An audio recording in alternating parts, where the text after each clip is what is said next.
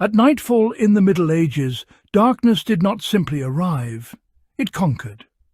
Here is the mystery.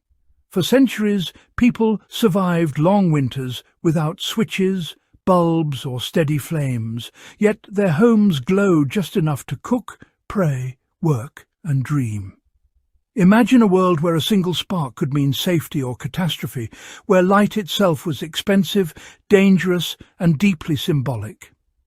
Medieval families feared the night not because monsters lurked outside, but because fire lived inside their walls. One careless flame could erase generations in minutes, and yet every evening they struck sparks anyway. Why risk it? Because light was life. Darkness meant cold meals, idle hands, and unseen threats. The paradox is this: medieval people were not ignorant victims of darkness, they were skilled negotiators with it. They learned how to tame fire into controlled portable suns. From smoky huts to stone castles, light defined social class, faith and survival. In monasteries, candles marked sacred hours. In peasant homes, embers were guarded like children. This story is not about crude torches and misery.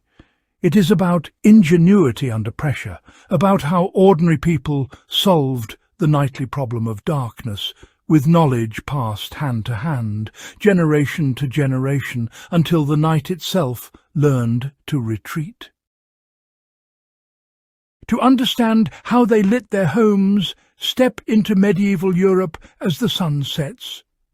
There is no universal solution because light followed geography, wealth and purpose.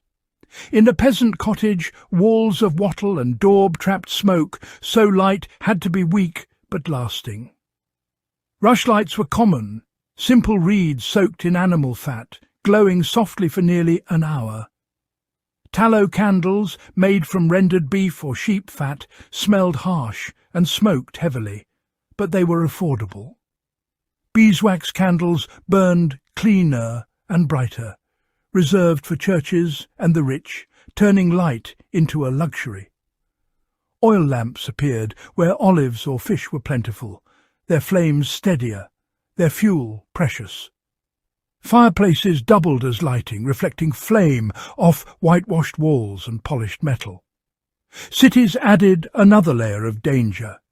Narrow streets and timber houses meant open flames caused devastating fires. So many towns banned torches after dark. Curfews were enforced by bells, not clocks, signalling when lights must dim. Darkness shaped daily schedules. People slept earlier, rose earlier, and measured time by flame and shadow. Light was never casual. It was planned, rationed and respected. Every wick trimmed and every candle saved told a story of a society that understood night as a force to manage, not defeat. Here is the clever part. The technology was simple, but the logic was precise. Imagine making a candle without thermometers or chemistry books. First, fat was rendered slowly, heating animal scraps until liquid separated from solid. That liquid became fuel. A wick, often twisted linen or rush pith, was sized carefully. Too thick and it smoked, too thin and it drowned. Candles were dipped again and again, each layer cooling, building a controlled reservoir of energy. Oil lamps worked on the same principle.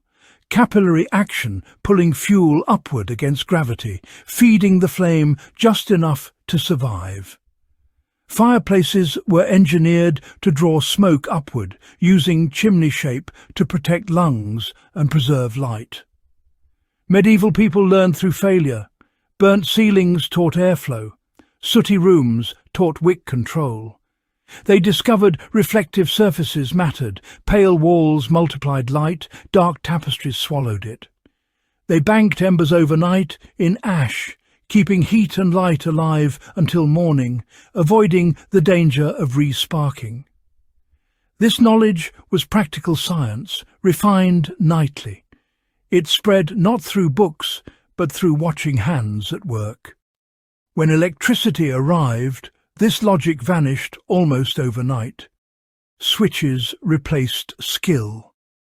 The ancient conversation with fire fell silent, not because it was foolish, but because it was no longer necessary.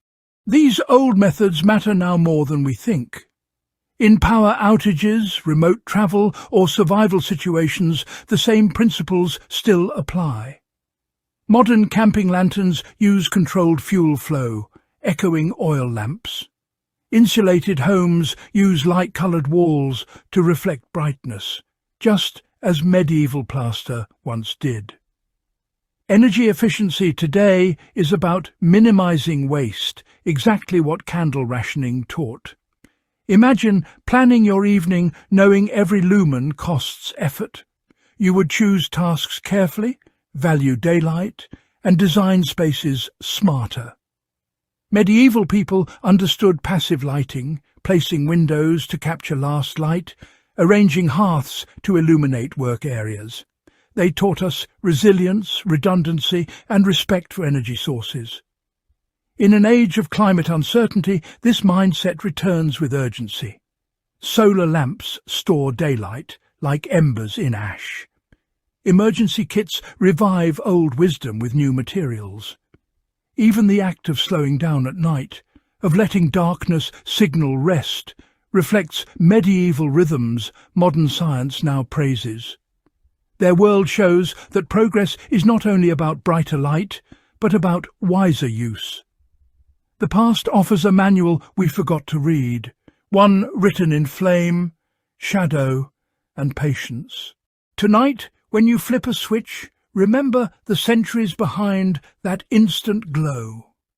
Medieval light was fragile, earned, and intimate, shaping how people lived, loved, and feared. They knew darkness personally, and because of that, they learned to negotiate with it rather than deny it. Their solutions remind us that comfort is built on knowledge, not convenience. When systems fail, old wisdom returns quietly, waiting. Understanding how medieval homes were lit is not nostalgia, it is preparedness. It teaches respect for energy, awareness of space, and the value of simplicity. In a world racing toward brighter nights, their shadows ask an important question. Do we control light, or has light begun to control us? By revisiting how our ancestors faced the night, we reclaim a sense of balance modern life often erases. That balance matters now more than ever, as energy grows costly and attention scarce, and nights grow brighter but less meaningful. If this journey through fire and shadow sparked something in you, carry it forward.